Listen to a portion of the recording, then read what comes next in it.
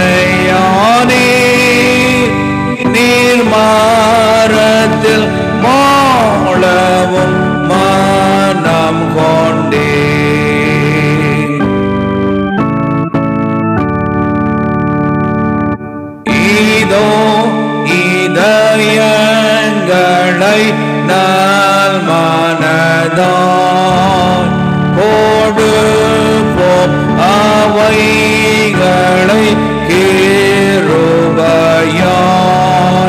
நீரேற்று கொண்டு மது ஐக்கியத்திலே நற்சுத்தமாய் கோரும் இரட்சகரே.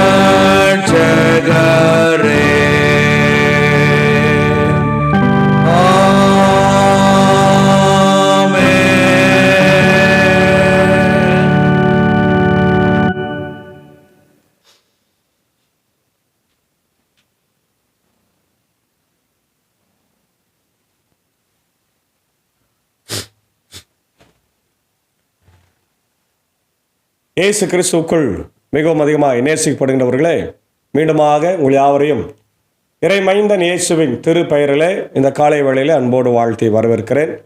இந்த நாளிலும் நாம் தியானிக்கும்படியாக எடுத்துக்கொண்ட கடவுளுடைய வார்த்தை, அது 1 தெசலோனிக்கேயர் 5ஆம் அதிகாரம் 16 துவங்கி 26 வசனங்கள் முடிய இருக்கின்ற இறை வார்த்தைகள்.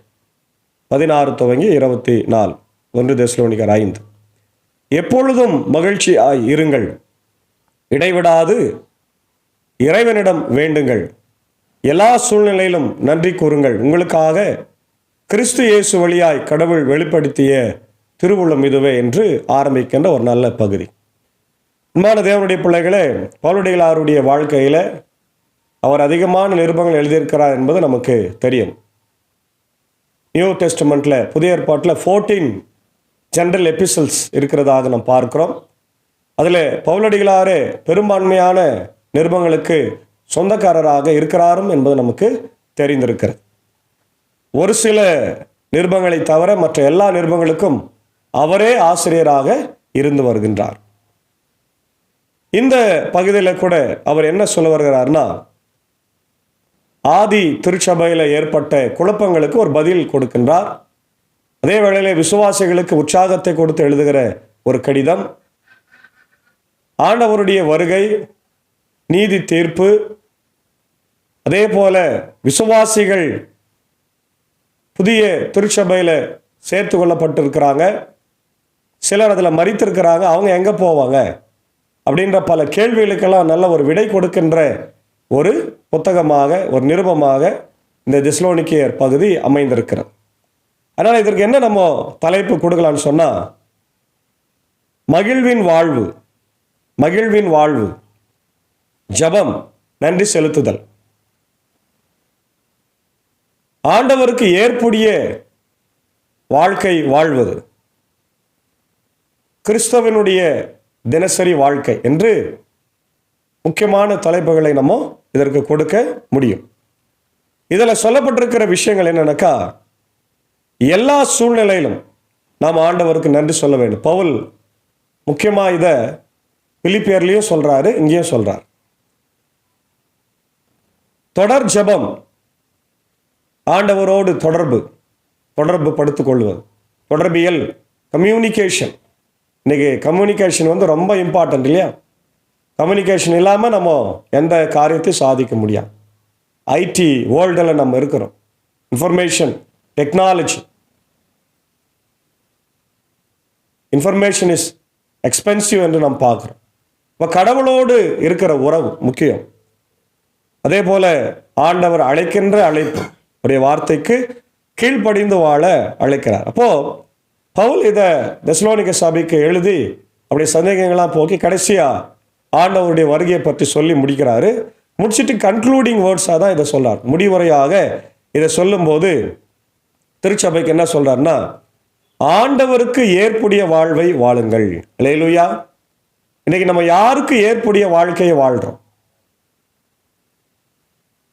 புதியதாய் திருமணமான பெண்ணுக்கு பெற்றோர்கள் சொல்லி அனுப்புவாங்க, கணவன் வீட்டில் போய் அன்பாக நடந்துக்கோ, கணவனுக்கு ஏற்புடைய பொண்ணாக வாழு, மாமனார் மாமியாருக்கு கீழ்ப்படிந்து வாழு, நாத்தனார் கொழுந்தன் மூத்தவர்களுக்கெல்லாம் கீழ்ப்படிந்து வாழு. அப்போ ஒரு திருமண வாழ்க்கையிலேயே இவ்வளோ விஷயங்கள் நம்ம பிள்ளைகளுக்கு கற்றுக் கொடுக்குறோன்னா, ஆண்டவரை பிரியப்படுத்த இல்லையா? ஒரு கணவன் மனைவியை பிரியப்படுத்த வேண்டும், மனைவி கணவனை பிரியப்படுத்த வேண்டும், அப்போ ஆண்டவருக்கு நாம் பிரியமாய் வாழ கூடாதா? உலக பிரகாரமான வாழ்க்கையை வாழ்ந்தா போதுமானதா? உலகம் சார்ந்த வாழ்க்கை மட்டும்தான் வாழ்க்கையா என்ற கேள்விக்கெல்லாம் விடை கொடுக்கிறார் பவுல், இல்லையா? The importance of living a life pleasing to God. Life pleasing. நம்முடைய வாழ்க்கையே ஆண்டவருக்கு அது ஏற்புடையதாக இருக்க வேண்டும் என்று சொல்லுகிறார். அது எப்படி என்னென்ன செய்யணும்னு தான் ரெண்டாவது சொல்றார், இல்லையா? எப்படி இருக்கணுமா? எப்பொழுதும் மகிழ்ச்சியாயிருங்கள். இது சாத்தியமா? முடியுமா? ஜாய் இன் ஆல் சர்க்கம்ஸ்டான்சஸ், இல்லையா? அதான் அடுத்த பகுதியில் சொல்றார், rejoice always, rejoice always, Joy. இந்த வாரம் ஜாய், மகிழ்வை பற்றி நம்ம பிரசங்க கேட்க போறோம். அப்போ மகிழ்ச்சியோடு நம்ம இருக்க முடியுமா? சுனாமி குடும்பத்தை எல்லாம் அழித்து விட்டது, மகிழ்ச்சியோடு இருக்க முடியுமா? வயநாடு நிலச்சரிவில் பல குடும்பங்களை அநேக மக்கள் இழந்தார்கள், சொத்துக்களை இழந்தார்கள், வீடுகளை வாசல்களை இழந்தார்கள். மகிழ்ச்சியா இருக்க முடியுமா? பென்சல் புயல்ல அநேக மக்கள் உயிர்களை இழந்தாங்க. இப்போ கூட நம்ம பார்க்குறோம். நேற்று கூட இந்த டிப்ரெஷன்னால, மழைனால நிறைய பேர் பாதிக்கப்பட்டாங்க. ஒருவர் ஷாக் அடிச்சு இறந்திருக்கிறார். அப்போ இந்த சூழ்நிலையிலெல்லாம் நம்ம மகிழ்ச்சியா இருக்க முடியுமானா நம்ம ஓப்பனா என்ன சொல்ல முடியாது அப்படின்னு தான் சொல்லும்.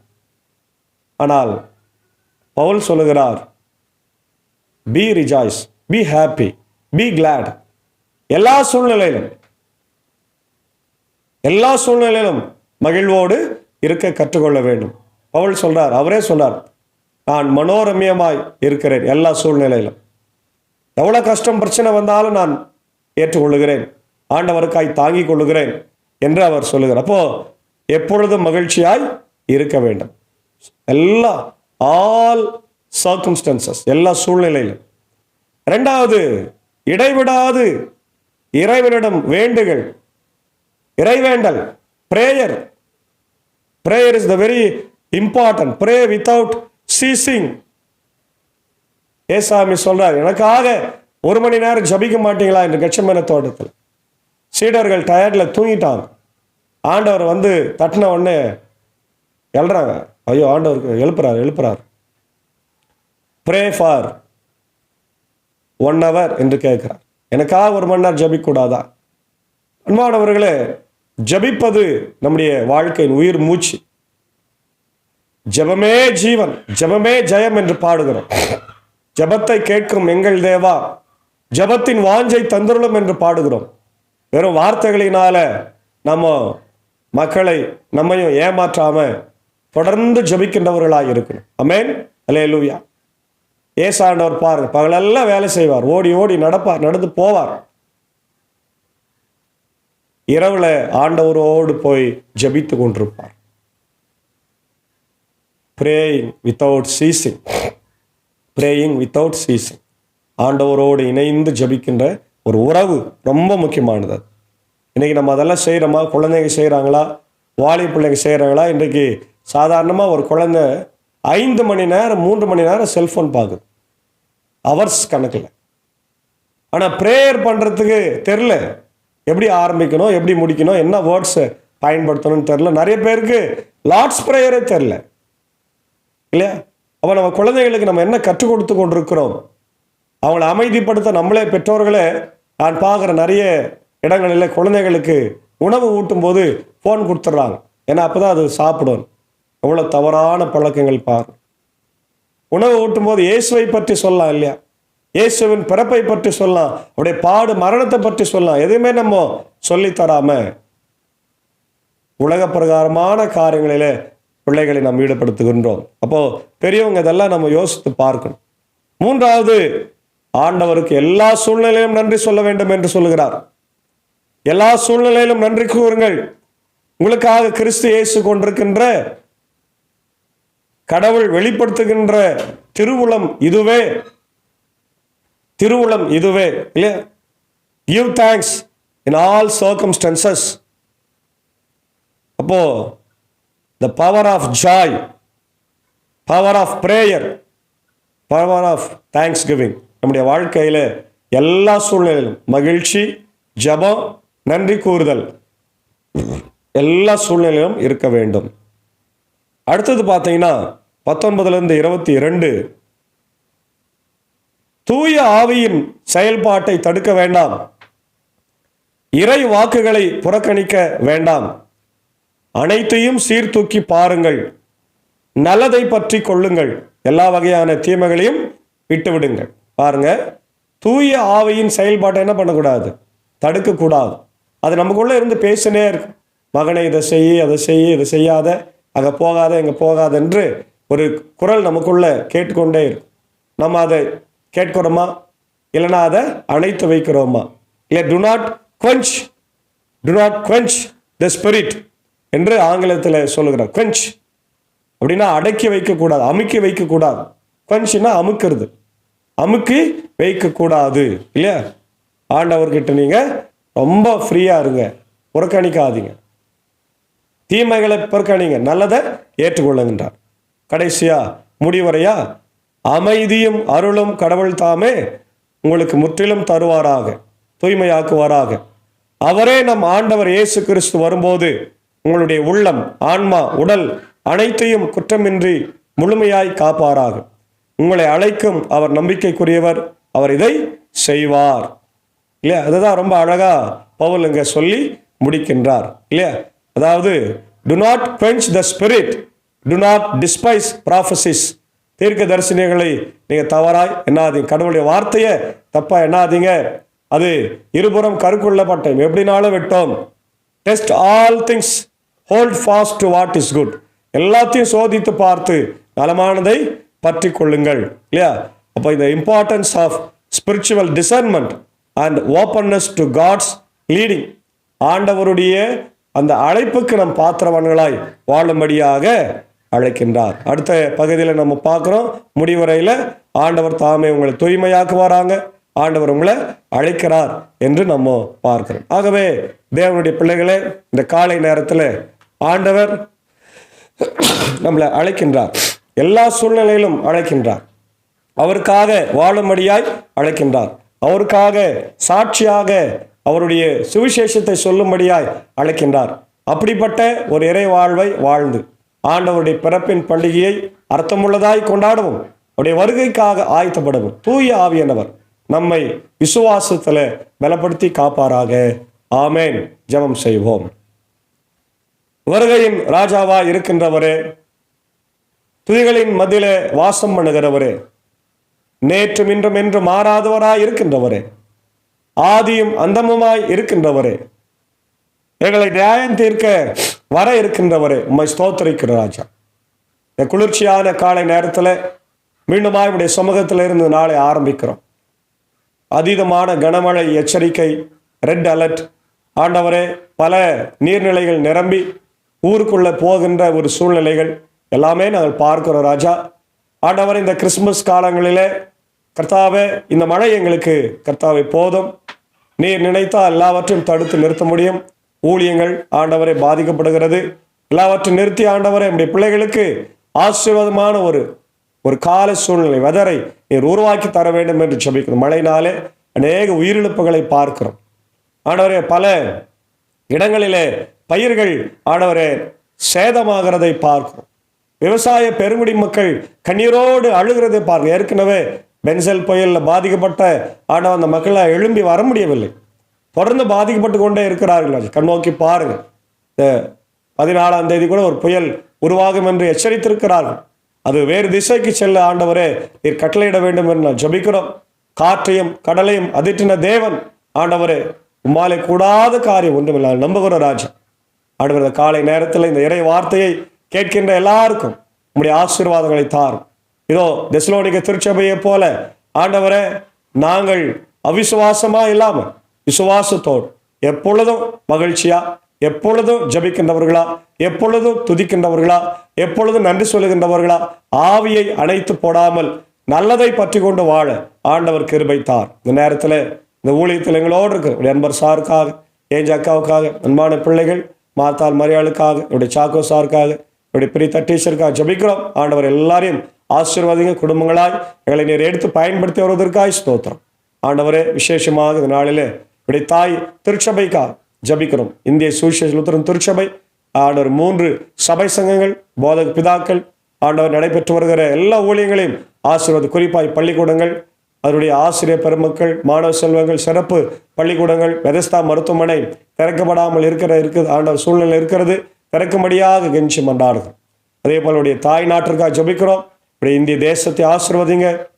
இப்படி ஜனாதிபதி, பிரதமர், ஆண்டவரே, எல்லா மாநிலத்தினுடைய முதலமைச்சர்கள், கவர்னர், ஆண்டவரே, கலெக்டர்ஸ், எம்எல்ஏ, எம்பிகளுக்காக குறிப்பாய் எங்களுடைய ஆண்டவரே முதலமைச்சர், ஆண்டவருடைய துணை முதலமைச்சர், என்னுடைய கவர்னர், அமைச்சர்கள், ஆண்டவர் எம்எல்ஏ, எம்பிக்கள், வார்டு மெம்பர்கள், உறுப்பினர்கள், கவுன்சிலர்களுக்காக ஜபிக்கும். இந்த மழைக்காலத்தில் ஆண்டவரே துரிதமான ஆண்டவர் உதவிகளை ஏழை எளிய மக்களுக்கு செய்ய கர்த்தர் நீர் கிருபை தர வேண்டும் என்று நான் ஜபிக்கிற ராஜா. உலக நாடுகளுக்காக ஜபிக்கிறோம். ஆண்டவர் இஸ்ரேல் ஹமாஸ் போர் நிறுத்தப்பட வேண்டும் என்று கெஞ்சி மன்றாடுகிறோம். உக்ரைன் ரஷ்யா போர் நிறுத்தப்பட வேண்டும் என்று ஜபிக்கிறோம். ஆண்டவரே, உலக நாடுகள் ஏற்படுகின்ற எல்லா இயற்கை ஆண்டவர் பேரழிவுகளிலிருந்து எங்களை ஆண்டவரை காத்தரலும். தொடர்ந்து கர்த்தாவே, இதோ இந்த கிறிஸ்துமஸ் காலங்கள் எங்களுக்கு வெறும் பண்டிகை நாட்களாக இல்லாமல் உம்முடைய வருகைக்காக எங்களை ஆயத்தப்படுத்த வேண்டும் என்று ஜபிக்கிறோம். இந்த நாளில் கூட பிறந்த நாட்களுக்கு நன்றி செலுத்துகிறேன். என்னுடைய அருமையான வாணியம்படி பகுதியை சேர்ந்த மார்ட்டின் அண்ணனுடைய அன்பு மூத்த சகோதரர் பாஸ்டர் ஜான் கிறிஸ்டோபருக்காக ஜபிக்கிறோம். சென்னை மறைமலை நகரில் ஊழியர்களை செய்கிற அவருடைய அன்பு மனைவி, பிள்ளைகள், மருமக்கள், பேர பிள்ளைகளுக்காக ஜபிக்கிற நாளில் தன் பிறந்த நாளுக்கு நன்றி செலுத்துகிற பாஸ்டரை ஆசீர்வதிங்க. உங்களுடைய திவ்ய திராட்சை தோட்டத்தில் ஊழியத்தை செய்கிற போது ஆண்டவரே நீர் அவரை ஆசீர்வதித்து வல்லமையாக பயன்படுத்தும். நல்ல சுகத்தை பலத்தை தாரும். சென்னையில் ஆண்டவரே அவருடைய எல்லா விதமான ஊழியத்தை கர்த்தர் ஆசீர்வதிக்கும்படியாக நான் ஜபிக்கிறேன். நாளில் பிறந்த நாள், திருமண நாளைக்கு ஆடுகின்ற எல்லாரையும் ஆசீர்வதிங்க.